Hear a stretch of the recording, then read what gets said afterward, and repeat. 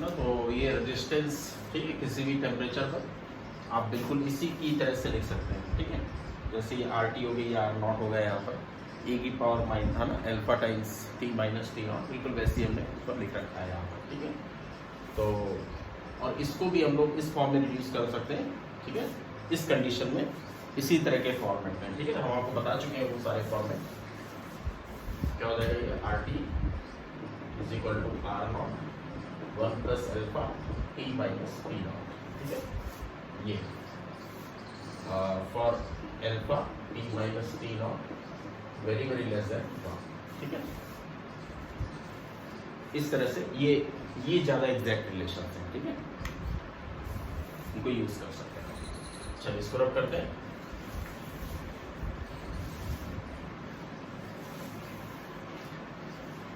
दूसरी बात जो समझने की है ना, जैसे रेजिस्टेंस को लेकर के, जैसे मान लीजिए कि कोई मेटल है ना, मेटल वायर, उसको आपने स्ट्रेच कर दिया, ठीक है, वो रजिस्टर था, स्ट्रेच कर दिया। स्ट्रेच करने से जो है क्या चेंज नहीं होगा, वॉल्यूम चेंज नहीं होगा, ठीक है। तो रेजिस्टेंस में क्या असर पड़ेगा, ठीक है। तो वो सब हम लोग कैसे निकालेंगे भाई, R equal to rho L by A, ठीक है। Uniform cross section of wire था, ठीक है, स्ट्रेच कर दिया मान लीजिए, है ना, हमने लेंथ डबल कर दी, तो क्या फ़र्क पड़ेगा रेजिस्टेंस में। तो हम लोग फिर क्या करेंगे ना, ये ध्यान रखेंगे कि वॉल्यूम चेंज नहीं किया। अगर वॉल्यूम चेंज नहीं किया तो ऐसे केस में आप इसमें इसको ऐसे लिख सकते हैं, एल से मल्टीप्लाई डिवाइड कर दीजिए दोनों तरफ। वैसे भी यूनिफॉर्म क्रॉस सेक्शन के लिए लगता है, ठीक है, यूनिफॉर्म क्रॉस सेक्शन बनाओ, ये ध्यान दें। तो ये कांस्टेंट हो गया, ठीक है, वॉल्यूम कांस्टेंट हो गया, और ये तो कांस्टेंट है ही है, तो इसका मतलब जो है ना, ये तो कांस्टेंट है ही है ना, किसी मटेरियल के लिए कांस्टेंट ही है।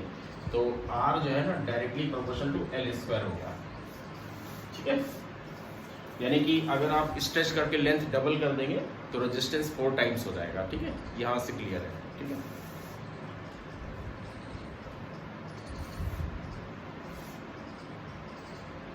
कभी कभी जो है ना आपसे बोलता है कि जो है हमने लेंथ 1% से बढ़ा दी, ठीक है, तो रेजिस्टेंस कितने परसेंट से बढ़ जाएगा, ठीक है। तो फिर इस तरह के एक्सप्रेशन को डिफरेंट है ना, वो एल लेकर के लॉग लेके फिर प्रोसीड कर जाना है, ठीक है। जैसे आप यहाँ पर देखिए, for small changes, for small, ठीक है, चेंजेस, है ना, इन लेंथ, ठीक है। अगर आप देखें तो हम लोग कह सकते हैं एल एन आर ले लिया, L N of R is equal to कुछ एल एन कॉन्स्टेंट हो गया, बाकी ये सब कॉन्स्टेंट हो गया, बाकी सब, और plus L N L square, right. तो यहां से आप देखेंगे कि इसको डी आर बाई आर लिख सकते हैं आप, है ना, डिफ्रेंशिएट कर दिया, डी ले लिया दोनों तरफ, कांस्टेंट का डिफरेंशियल 0 ही हो गया, तो प्लस 2 dl बाई एल, है ना, लॉग की प्रॉपर्टी लगा दी तो 2 आगे आ गया ना, 2 ln l, उसका डिफरेंस 2 dl बाई एल, ठीक है। अब इसमें देखिए स्मॉल चेंजेस के लिए dr को डेल्टा r से रिप्लेस कर सकते हैं, so this is approximately equal to twice delta l by L, ठीक है।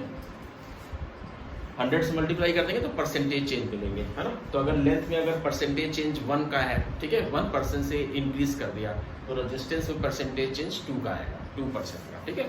इस तरह से हम लोग यहाँ पर कैलकुलेट करेंगे। तो ये छोटे छोटे क्वेश्चन अपने आप से लिख लेंगे। If percentage change in, if percentage increase in length of a resistor is 1, ठीक है, then what is the percentage, ठीक है, चेंज इन रेजिस्टेंस। तो आप लिखेंगे कि इट विल इंक्रीज, ठीक है, टू 2%, क्लियर है। 100 से मल्टीप्लाई करके वो सब हो जाएगा, ठीक है, परसेंटेज में आएगा। तो ये सब ध्यान देंगे, है ना। ये एग्जांपल अपने आप से लिख लेंगे यहाँ पर, है ना, और एक यहाँ पर एग्जांपल लिख लेंगे इससे corresponding. If wire is, if resistor is stretched uniformly to double its length, ठीक है, देन है ना, what will be the resistance now, ठीक है। तो आप लिखेंगे रेजिस्टेंस विल बिकम 4 टाइम्स, ठीक है, क्योंकि डबल का स्क्वायर करेंगे तो 4 हो जाएगा, ठीक है। ये 2 एग्जांपल अपने आप से लिख लेंगे, ठीक है, वीडियो पॉज करके लिख लेंगे अपने आप से। अब देखिए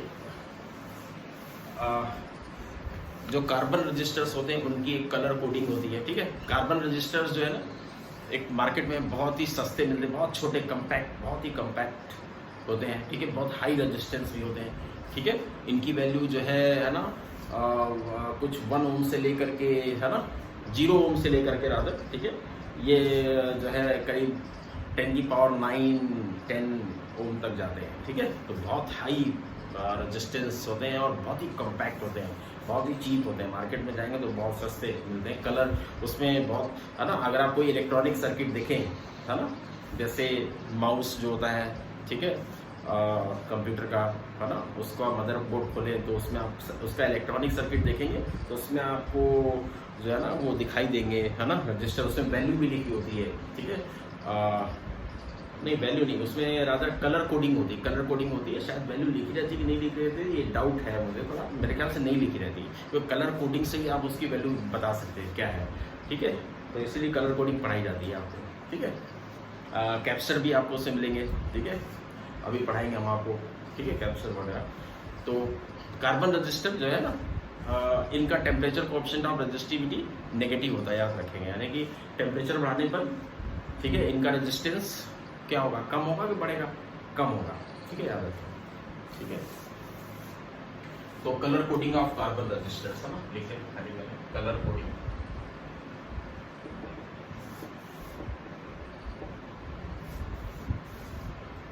कार्बन रजिस्टर्स,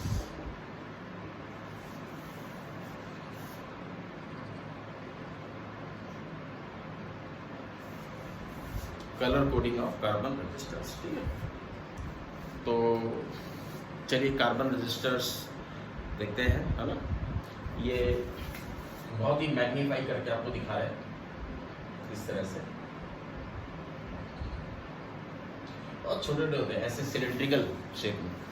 इसकी 2 टर्मिनल्स निकले होते हैं, दो टर्मिनल्स आपको देता है निकाल के ऐसे। और यहाँ पर जो है ना कलर बैंड्स होते हैं, रिंग बनी होती है ऐसे,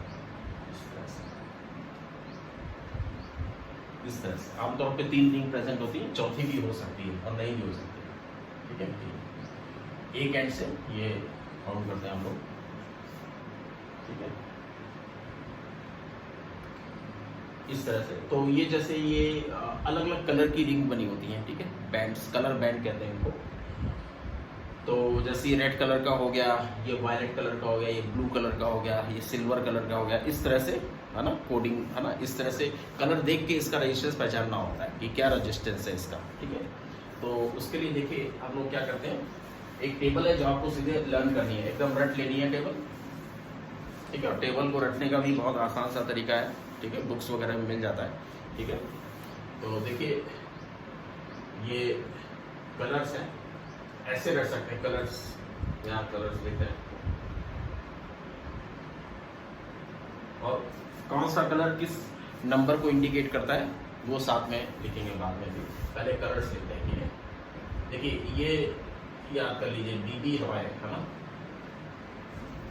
ये कलर के पहले लेटर्स हैं, ठीक है, बीबी रॉय, ग्रेट ब्रिटेन, ठीक है, वेरी गुड वाइफ, ठीक है, B B Roy, great Britain, very good wife, इस तरह से। तो कितने हो गए, 3, 3, 6, 3, 9, 1, 10, हाँ। अब इनके करेस्पॉन्डिंग जो नंबर्स हैं, ठीक है, या डिजिट्स कह लीजिए, किस डिजिट को रिप्रेजेंट करता है कौन सा कलर, ठीक है। जैसे ये पहला ना बी, पहला बी, यहाँ देखो 2 बी है, तो पहला बी जो है दैट रिप्रेजेंट्स ब्लैक, दूसरा ब्राउन, ठीक है। फिर देखिए जी यहाँ पर 2 है, तो पहला जी ग्रीन को रिप्रेजेंट करता है, ठीक है, ये ग्रे, ठीक है, ये रेड, ऑरेंज, बाकी आपको सब पता ही है, येलो, ठीक है, ब्लू, वायलेट,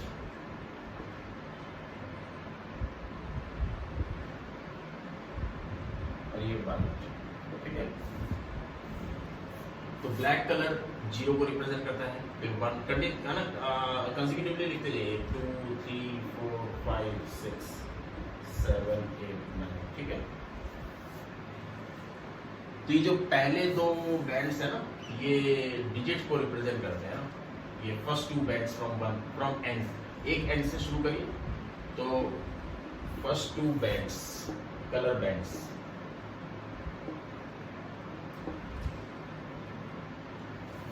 ठीक है, वो जो है डिजिट,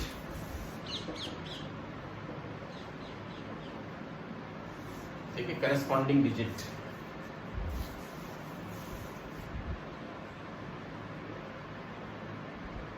करस्पॉन्डिंग डिजिट को रिप्रेजेंट करेगा, ठीक है। ये जैसे पहले दो बैंड, ठीक है, करस्पॉन्डिंग डिजिट को रिप्रेजेंट करेंगे, और जो तीसरा बैंड है ना, ठीक है, ये फर्स्ट टू बैंड्स हो गया, ये third band that represents multiplier,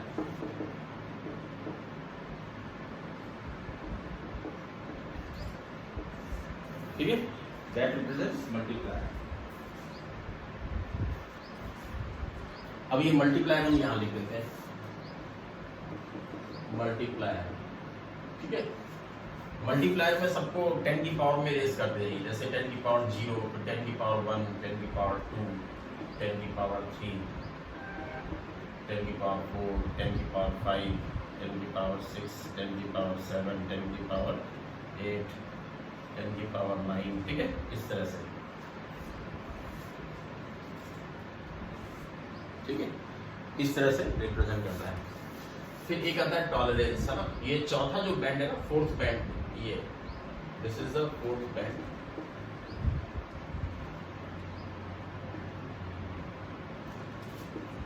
fourth band, ठीक है, colour band, colour, third colour band जो है मल्टीप्लायर को रिप्रेजेंट कर रहा है। फोर्थ बैंड जो है ये आपका, ठीक है, टॉलरेंस को रिप्रेजेंट करता है, टॉलरेंस, ठीक है, ये यहां से शुरू होता है, ठीक है, यहां से यहां, ये सब कलर तो होते ही नहीं इधर, ठीक है। अब इधर क्या क्या होता है, इधर पहला होता है जैसे गोल्ड, अगर गोल्ड आ सकता है यहाँ पर, ठीक है, फिर सिल्वर भी हो सकता है, और या फिर नो कलर भी हो सकता है, कोई कलर ना हो, कोई कलर बैंड प्रेजेंट ना हो, ठीक है, ये भी हो सकता है, कोई कलर बैंड ही ना हो, ठीक है, तो नो कलर बैंड है ना, नो कलर, ठीक है। तो इसमें टॉलरेंस की अगर गोल्ड है ना तो 5% का टॉलरेंस है, ठीक है, सिल्वर है तो 10% का टॉलरेंस है, और कोई कलर नहीं है तो फिर 20% का टॉलरेंस, अगर ये एब्सेंट है तो 20% का टॉलरेंस समथिंग है, ठीक है, ऐसे इसकी जगह खाली होगी वहां पर, फिर है ना, इसकी जगह खाली होगी। तो अब देखिए, जैसे मान लीजिए एग्जाम्पल के तौर पे ना, एग्जाम्पल के तौर पे जैसे आपसे बोले कि ये कार्बन रजिस्टर है और इसमें, ठीक है,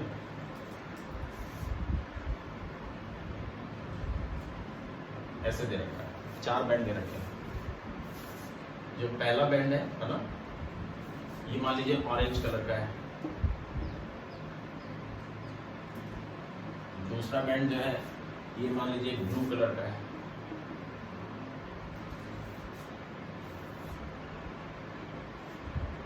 फिर तीसरा बैंड ये मान लीजिए येलो कलर का है, और ये मान लीजिए गोल्ड कलर का, ठीक है। अब इसका रेजिस्टेंस बताइए क्या है जी, क्वेश्चन।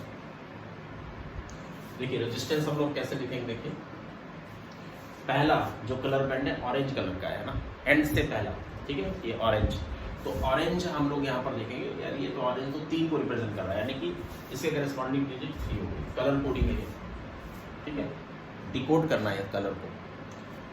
ब्लू कलर किसको रिप्रेजेंट कर रहा है, 6 को, तो 36, ठीक है। तो ये जो है ना पहले दो कलर बैंड्स किसको करेस्पॉन्डिंग डिजिट्स को रिप्रेजेंट करें, करेस्पॉन्डिंग डिजिट, इनके करेस्पॉन्डिंग जो डिजिट है।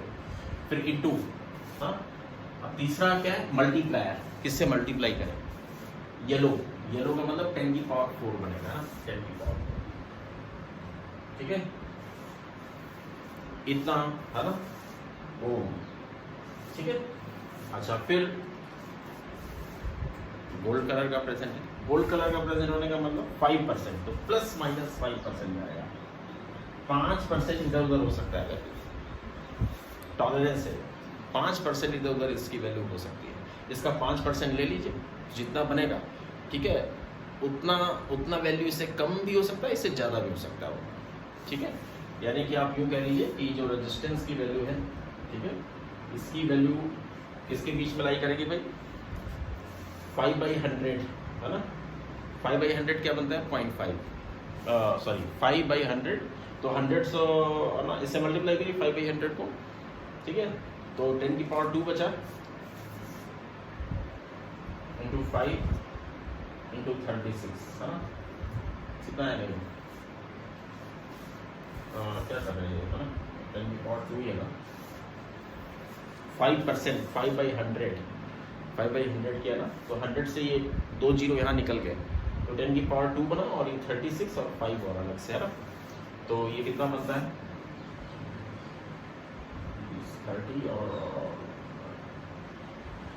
180 इंटू 10 की पावर 2, 10 की पावर 4 में लिखें तो 1.8 इंटू 10 की पावर 4 कह सकते हैं, ठीक है। ये तो बस इसमें 1.8 जो है ना, इस नंबर में माइनस कर दीजिए और इस नंबर में प्लस भी कर दीजिए, माइनस करेंगे तो लोवेस्ट वैल्यू, तो 1.8 माइनस करिए, कितना बनेगा 35.2 बनेगा ना,